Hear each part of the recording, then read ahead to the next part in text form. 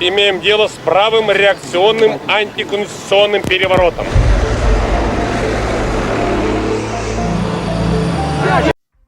O que foi o golpe de agosto de 1991 na União Soviética?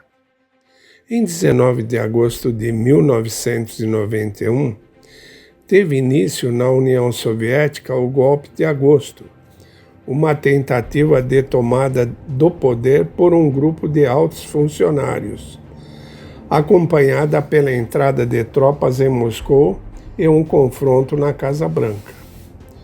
Sim, a sede do governo soviético também se chama Casa Branca. Os eventos de agosto predeterminaram o destino do país, pois como resultado, em dezembro de 1991, a União Soviética deixou de existir. Nesse vídeo, vamos esclarecer cuidadosamente as principais dúvidas sobre esse tema, mas antes gostaríamos de convidar a todos para conhecer o nosso livro, 100 mitos da Revolução Russa, que traz fatos inéditos sobre a história da Rússia. O link para a venda está na descrição do vídeo.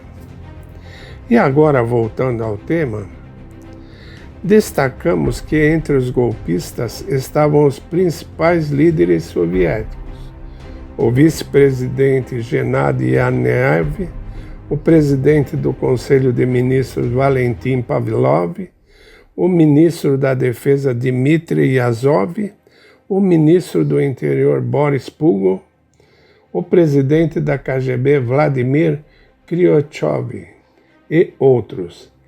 Yanev foi nominalmente considerado o líder, mas a maioria dos historiadores o chama de figura decorativa, considerando Kryuchkov, o presidente da KGB, o principal iniciador da conspiração. Os participantes do golpe tentaram tirar do poder o presidente, que na época era Mikhail Gorbachev, e introduzir o estado de emergência. O estado de emergência incluiu a suspensão de movimentos sociais, comícios, manifestações e greve. Também estabelecia o controle da mídia. O que os membros do golpe queriam? O objetivo oficialmente declarado era preservar a União Soviética e interromper as reformas em curso no país. Segundo os membros do comitê, a perestroika e as reformas relacionadas levaram ao colapso do país. Em particular, em 20 de agosto de 1991, seria assinado um tratado que iria substituir a União Soviética por uma confederação chamada União dos Estados Independentes, e nem todas as repúblicas soviéticas planejavam se juntar a ela. Mas o motivo mais provável era o temor por seus cargos. Se um novo tratado fosse assinado, dificilmente a liderança do antigo governo teria conseguido se manter no poder. Em julho de 1991, Gorbachev conversou com Boris Yeltsin, que na época era o presidente da Rússia, a maior república da União Soviética. Nessa conversa, eles falavam em uma renovação radical do gabinete de ministros, após a assinatura do novo tratado. Segundo Gorbachev, a conversa foi gravada pela KGB, e seu conteúdo chegou ao conhecimento dos membros do Comitê Estatal de Emergência. Yeltsin e Gorbachev queriam destruir a União Soviética? Dificilmente. Tratava-se de manter pelo menos algo do país. As reformas iniciadas visavam democratizar a vida social e política e modernizar a economia, justamente porque o sistema soviético não era mais viável. Desde meados da década de 1980, estava em crise, o que gerou o colapso em 1989. O país não tinha recursos para manter as repúblicas unidas, e a única maneira de salvar o Estado era modernizar toda a estrutura. E o que Gorbachev fez durante o golpe? Os membros do golpe escolheram o momento em que o presidente estava de férias, na Crimeia. Em 18 de agosto, os futuros golpistas chegaram à casa de campo presidencial para discutir com Gorbachev a introdução do estado de emergência no país. Gorbachev recusou. Depois disso, todas as comunicações foram cortadas. Gorbachev estava realmente preso e foi cercado por parte do exército. Como começou o golpe? Comícios e protestos em conexão com a tentativa de introduzir o estado de emergência e o toque de recolher foram realizados em muitas cidades soviéticas, mas Moscou se tornou o centro dos eventos. No início da manhã de 19 de agosto, por ordem do ministro da Defesa da União Soviética, Dmitry Yazov, membro do Comitê de Emergência, as tropas entraram em Moscou. Tanques e veículos blindados dirigiram-se às ruas e praças centrais.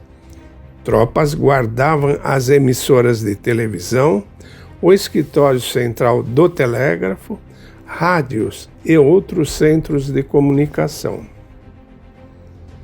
Ao longo do dia, todos os canais de TV mostraram a mesma coisa: o interminável balé O Lago do Cisne. Às 11 horas, começaram os comícios no centro de Moscou, ao mesmo tempo em que veículos blindados começaram a ocupar as ruas. Às 17 horas, foi realizada uma coletiva de imprensa dos membros do estado de emergência. O vice-presidente Yanaev, visivelmente preocupado, falou sobre Gorbachev e a necessidade de continuar o caminho percorrido rumo à democratização. O que aconteceu na Casa Branca? Desde 19 de agosto, Boris Yeltsin esteve lá. O quartel-general da resistência também estava lá. A liderança da resistência era chefiada por Yeltsin, que chamou as ações de golpe de Estado e convocou apoiadores para defender a Casa Branca. À tarde, Yeltsin foi até o público e leu seu famoso discurso de um dos tanques do lado de fora do prédio. A partir daí, os participantes da manifestação espontânea passaram a formar unidades de milícias desarmadas e a construir barricadas para proteger sua liderança de um possível ataque. Também estavam no prédio os seguranças armados. Na noite de 21 de agosto, eles se juntaram à polícia russa. Na noite de 20 de agosto, havia milhares de pessoas ao redor da Casa Branca. Os líderes da resistência exortaram os reunidos a não provocarem os militares. Mas houve conflitos? Pelo menos um plano de ataque com o uso de tanques e aviões foi traçado, mas a ordem para iniciar a operação não foi recebida.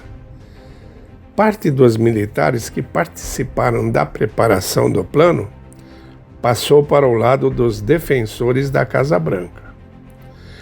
Porém, na noite de 21 de agosto, veículos blindados do exército começaram a patrulhar as ruas de Moscou para impor o toque de recolher. Não houve prisões, mas houve confronto entre militares e os manifestantes, que tentaram bloquear o caminho do comboio. Pedras foram atiradas e um dos veículos foi incendiado. Os soldados abriram fogo de advertência. Uma das balas ricocheteou e matou Vladimir Uzov, de 37 anos. Ilya Krychevsky, de 28 anos, foi baleado na cabeça por um dos tripulantes do tanque incendiado. Dmitry Komar, de 22 anos, subiu no tanque e caiu nas esteiras do veículo e morreu atropelado. Todos os 3 manifestantes mortos receberam póstumamente o título de Herói da União Soviética. Os militares apoiaram o Comitê Estatal de Emergência? Gradualmente, muitos militares de alto escalão começaram a se opor.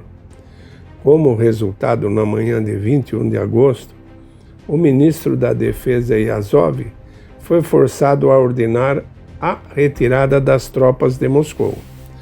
À tarde, depois de não conseguir obter o apoio de Gorbachev, o vice-presidente Yanev assinou um decreto dissolvendo o Comitê Estatal de Emergência. O que aconteceu com os conspiradores? De 22 a 29 de agosto de 1991, membros do Comitê Estatal de Emergência e alguns de seus apoiadores foram presos. Posteriormente, a medida preventiva foi alterada para a prisão domiciliar. O chefe do Ministério de Assuntos Internos da União Soviética, Boris Pugin, suicidou-se por receio de ser preso. Em abril de 1993, o julgamento começou. Em fevereiro de 1994, os réus foram anistiados. O próximo vídeo será sobre a crise constitucional russa de 1993, o evento que incendiou a Casa Branca. Não deixem de assistir. Inscreva-se em nosso canal e ative as notificações. Não se esqueça do like. Até o próximo vídeo.